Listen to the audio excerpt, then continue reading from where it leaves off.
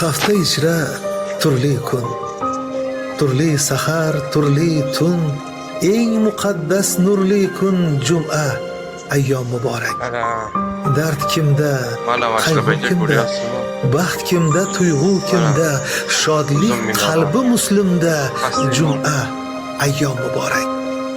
Dinimiz doim omon, dillarda ishq u iymon, ey muhtaram musulmon, juma, ayyom muborak.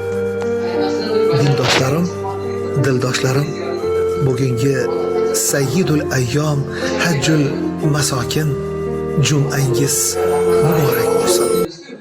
Ota o'g'il bo'lgan farzandchi deb odam xursand bo'larkan, bu dunyodagisi emas. Endi qiyomatda ham shunaqa ekan, qiyomatda ham farzandlar ota-onaga mas'ul bo'lgan ekan, bu ota-onaga og'irlik tushishi emas ekan.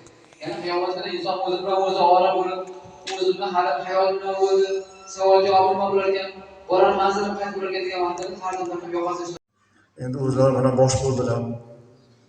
Oxirigacha endi juda katta xizmatlar qildilar, Alloh rozi bo'lsin.